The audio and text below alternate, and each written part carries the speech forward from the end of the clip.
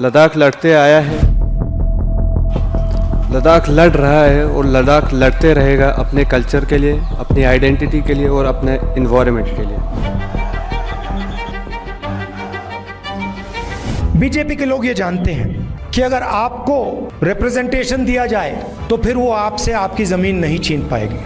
मामला जमीन का है। Protections that once kept outsiders from buying land or taking government jobs vanished with Article 35A. Ladakhis began asking, who controls our land, who gets our jobs, and what happens to our fragile environment? Motorcycle में मैंने पूरे लद्दाख का चक्कर काटा है। जो गांधी जी की विचारधारा है, कांग्रेस पार्टी की विचारधारा है, वो लद्दाख के खून में और डीएनए में है। Hello, how are you? How are you? How are things back home? 24 सितंबर का जो इंसिडेंट था sir, that was the blackest day in the history of Ladakh sir. We lost our 4 young brave-hearted men जिन्होंने लद्दाख के लिए, लद्दाख की पहचान के लिए उन्होंने अपनी जान की शहादत दी और गवर्नमेंट ऑफ इंडिया पे अभी भी उसका कोई असर नहीं हो रहा है। When there were open fire on the protesters, one of the main questions that arises is who gave the orders to openly fire on the innocent unarmed people, and did they follow the proper protocol? They were openly firing on innocent people, and how can you justify that?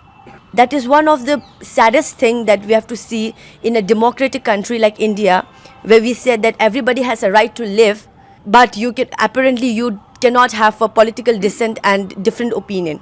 लोग कहते हैं 4 ही लोग मरे, गोली उन्होंने बहुत लोगों पे चलाया सर, मरे सिर्फ 4। There's videos of this going on. Yes. And sir ज़्यादातर लोगों के छाती पे गोली लगा हुआ है, पेट में गोली लगा हुआ है। It's not a good example for the rest of the country. Right. Absolutely. Do you understand that? Yes. And how you have been treated is not fair. Right, sir.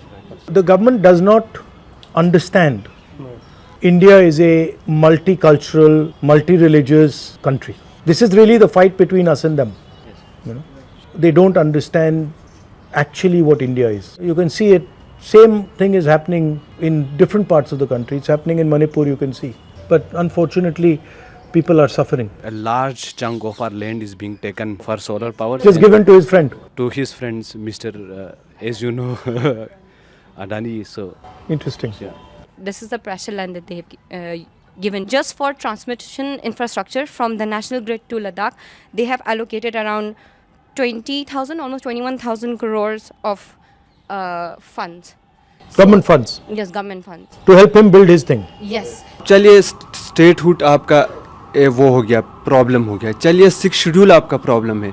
हम लोग public service commission for Ladakh मांग रहे हैं, young generation ये मांग रही है, आपको वो देने में भी आपको प्रॉब्लम आ रही है और कोई भी हमें एम्प्लॉयमेंट है ही नहीं, ज़ीरो एम्प्लॉयमेंट है। अब अगर ये लोग कह रहे हैं कि अब अगर आप प्राइवेटाइजेशन करोगे तो वहाँ एम्प्लॉयमेंट बढ़ेगी। हम विजन क्या देख रहे हैं? हम विजन देख रहे हैं कि 2047 तक हमें विकसित भारत बनाना है, बट हाउ? हमारे अंदर तो वो स्किल ही पैदा नहीं कर रही है और वो हमारे वहाँ आके प्लांट लगा रहे हैं, बोल रहे हैं कि जॉब क्रिएशन होगा। चलिए जॉब क्रिएशन होगा, मान लीजिए, मान लेंगे हम, लेकिन वहाँ भी हम करेंगे क्या? यहीं छोटे मोटे सामान इधर उधर करने की चीज़ें, पेन वेन बनने की। क्योंकि हमें सोलर प्लांट वाला स्किल हमारे अंदर है ही नहीं, वो स्किल हमारे अंदर है ही नहीं। तो आप वो चीज़ें आके वहाँ बनाओगे हम, और वो लोग हमें कहते हैं कि लद्दाख वाले एंटी डेवलपमेंट है, वो डेवलपमेंट के बिल्कुल ख़िलाफ़ हैं। ऐसा है ही नहीं।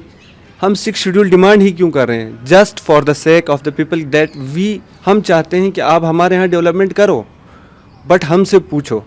नेचर ने ही लद्दाख को इस तरह बनाया है कि रिसोर्सेज वहाँ बड़े लिमिटेड हैं। तो जस्ट इमेजिन अगर आप इतना ज़्यादा चीज़ें हमारे वहाँ इतना ज़्यादा बर्डन डालोगे, इतनी ज़्यादा इंडस्ट्रीज़ डालोगे, तो आज जिस लद्दाख को आप प्यार से कोल्ड डिज़र्ट कहते हो, वो दिन दूर नहीं है कि ये प्योरली एक डिज़र्ट बन जाएगा। सर लद्दाख कुछ नई चीज़ नहीं मांग रहा है गवर्नमेंट से। हम अपने हक मांग रहे हैं जो लद्दाख को मिलने चाहिए। Being an Indian citizen under the constitution of India, हमें जो चीज़ें मिलनी चाहिए हम वही चीज़ें गवर्नमेंट ऑफ इंडिया से मांग रहे हैं। लद्दाख के लोग सिर्फ 4 डिमांड्स गवर्नमेंट ऑफ इंडिया के सामने रख रहे हैं, वो भी अंडर द कॉन्स्टिट्यूशन से। We are demanding for the 6th schedule, जिसके अंडर हमारा लद्दाख का लैंड प्रोटेक्टेड हो जाए।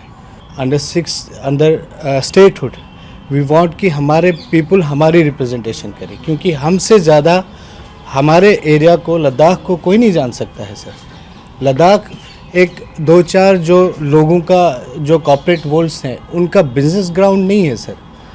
Ladakh is asset of our country. But that is the vision of Mr. Modi, that it is that it does not belong to you, that it belongs to Mr. Adani. There's no democracy in Ladakh. There's no hill council now, in Kargil only, and there's no assembly as well, and no panchayat as well, no municipal as well. So there's no power to the people. Ladakh mirrors a threadbare, naked police state at this point of time. Everything is being run according to the whims and fancies of bureaucrats who have never lived in Leh, who do not understand Ladakh at all. Like a dictator. Yeah, I mean, so that's what it's a like naked example of how police state runs. Hope we are expecting the elections to happen, but still the council does not have any power.